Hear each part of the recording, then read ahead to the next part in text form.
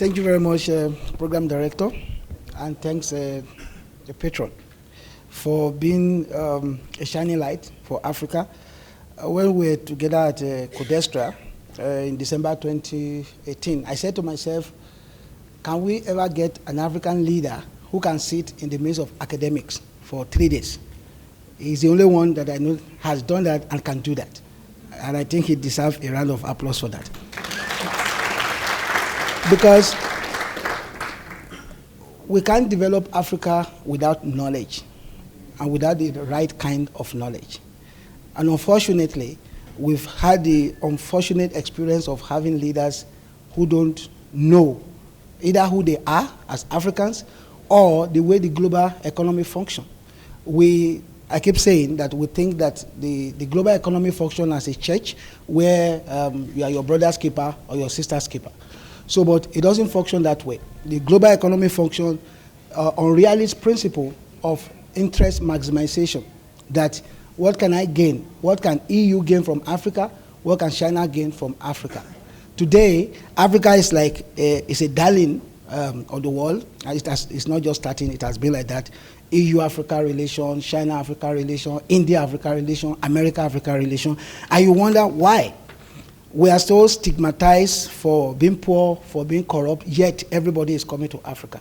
You want to ask yourself, what is in this Africa that is attracting so many people to the continent?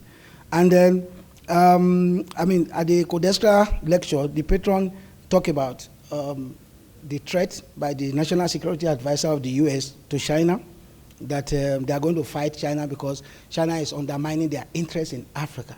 And I asked myself the question, do you own Africa? Does America own Africa? Does China own Africa? What is it about Africa that everybody is competing about Africa? Something must be in this Africa. So I said Africa is like, we have a lot of suitors, but unfortunately, unlike when you approach a lady to marry, and or a man to marry, and you want to treat them with love, with care, our suitors exploit us. Our suitors, they want to make us to the bone. But then, the problem remains, what is our strategy of engagement? We have European common strategy for Africa. I'm sure we have China strategy for Africa. But what is African strategies towards Europe? And I think that is what, or towards China. Because today we have a lot of discussion about China building airport. I just listened to a video as I was coming out about China more or less taking over Zambia. The ambassador is here, and maybe he can discuss about that. So what is African strategy towards these partners? Partners, I say in quote. The fact is that the patron mentioned the lack of capacity in Africa at the bureaucratic level, at the state level, to engage meaningfully for Africa interests on trade negotiation. I did mention to my students yesterday that when we negotiate with Europe, sometimes Europeans pay for us to negotiate. They pay for our negotiators to come to negotiate with them. And that seemed to me like a contradiction. So the partners have strategy of engagement. We need to have our own strategy. We need to have agency. We need to have agency, African agency, that are grounded in the knowledge of Africa.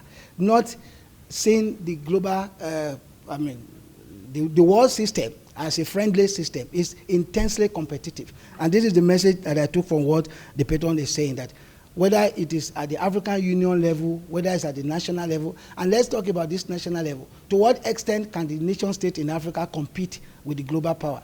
And that's why the issue of African unity and African integration is very, very central and critical. I say all the time that many of the states in Africa, they are not supposed to be more than a municipality because they don't have sovereignty. But because everybody wants to be president, everybody wants to be premier, we have states that cannot even fund their budget unless they get money from donors. So we need to build a critical mass of technocrats, leaders like you across African continent to negotiate, to build capacity for negotiation. This is very, very critical. And I said, given the limited capacity of the state, the private sector, the civil society group must be involved. And I close by saying the Timali alumni group should take up this challenge, because I don't know of any other school where we teach this kind of thing we teach at Timali. So you have the right knowledge, Don't be passive. I mentioned to my student yesterday, I think it was Amika Cabral who said that every onlooker is either a coward or a traitor. You need to take action. You don't need to fold hand or to pray for God to change Africa. We must take the lead. We must do what we need to do. Thank you.